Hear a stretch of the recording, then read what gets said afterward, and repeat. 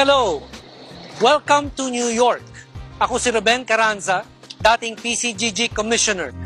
Samahan niyo akong umikot at tingnan ang mga building na binili ng mga Marcos nung panahon ng diktadura nila gamit ang perang ninakaw nila mula sa mga Pilipino.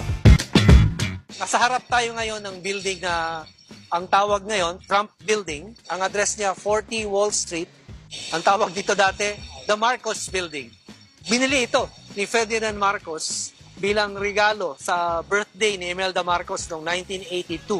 Ang halaga nito nung binili niya, $71 million.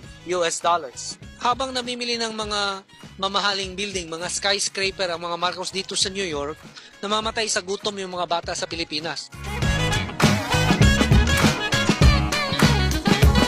Nandito tayo sa New York Stock Exchange sa Wall Street. Malapit dito bumili ang mga Marcos ng building. Ginusto nilang makisali sa kapitalismo dito sa Amerika. So nasa likod ko itong St. Patrick's Cathedral, kilala ng mga Pilipino, at sa tapat niya yung 641 Fifth Avenue. Nasa kanto ng Fifth Avenue and 53rd. Dating may apartment si Imelda dito na 7 bedrooms. Binili niya ito sa halagang $700,000. Apartment yan, hindi buong building. Nangangahulugan na maluho sila na pamilya. Garbo lang, no? At yabang. Pero ang gamit sa garbo at sa yabang, ninakaw lang ni Imelda. 4 minutes away, Olympic Tower, kung saan dating merong 7-bedroom apartment si Imelda. Dito naman, 3 minutes away, Crown Building, kung saan binili rin ng mga Marcos itong building na ito nung panahon ng diktadura. Dito tayo ngayon sa kanto kung saan nandito yung Crown Building, 730 Fifth Avenue sa Manhattan. Binili ito ni Ferdinand Marcos kasama ang 3 pang building noong 1981 para regalo kay Imelda Marcos. Nandito yung Bulgari Jewelry Store. Isang araw, July 1978, siguro malapit sa birthday niya, bumili si Imelda ng alahas dito. Ang total na binili niya, $1.4 million. 1978, ang laking halaga na nun. Gamit ang nakaw na yaman galing sa mga Pilipino. $2 million naman ang binili ni Imelda rito sa jewelry store na ito, sa harap lang ng Crown Building. Dahil sa mga kanto rito, maraming jewelry store, dito na rin nagsha-shopping si Imelda habang nakatira siya sa apartment niya sa kabilang kanto at saka dito sa building na ito na kinatatayuan natin. Nandito tayo ngayon sa harap ng isang mall. Ang tawag sa mall na to, Herald Center. Binili ng mga Marcos noong 1982 sa halagang $25 million galing sa ninakaw na yaman. Nagkamali sila ng bili dito dahil gusto nila high-end mall, mamahalin.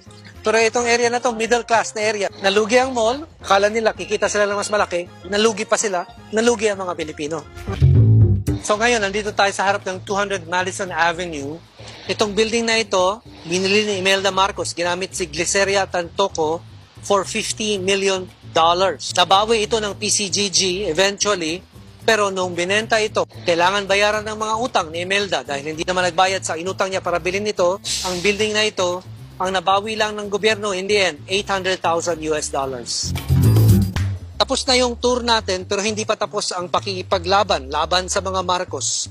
Huwag kalimutan na yung mga nakita niyong building, ilan lang yon sa mga ninakaw nila mula sa Pilipino. Ilan lang yon sa mga ninakaw nila gamit ang $10 bilyong na ill-gotten wealth.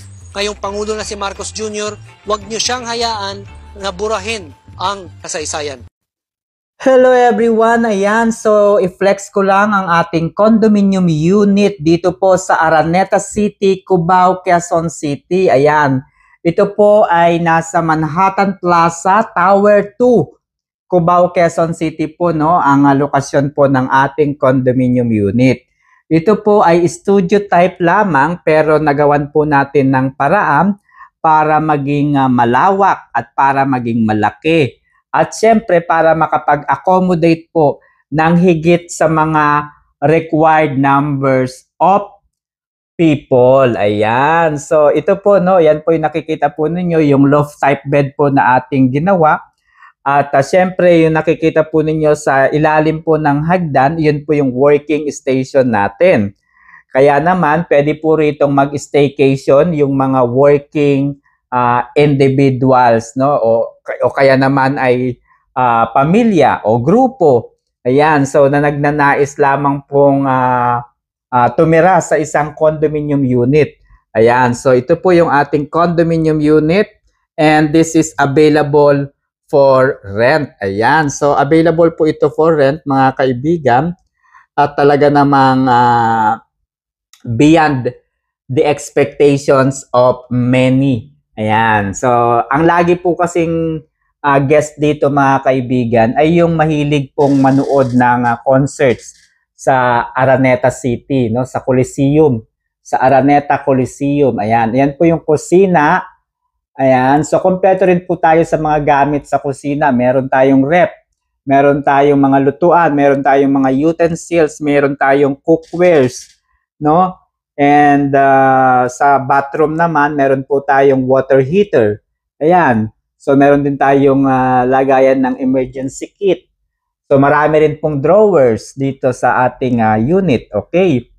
Kaya naman ay magugustuhan po ninyo yung ating condominium unit. Okay. So, meron din po tayong parking lot po dito na malapit po sa elevator mismo.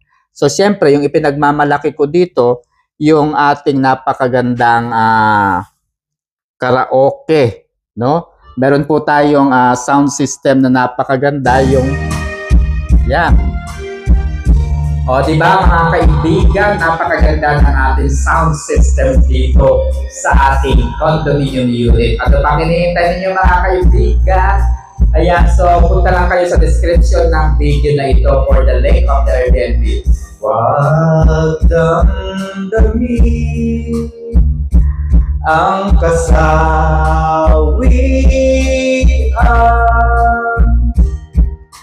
may bukas pa. Ayan guys, no, hindi pwedeng ituloy yung kanta dahil baka ma-block tayo ng YouTube. Okay.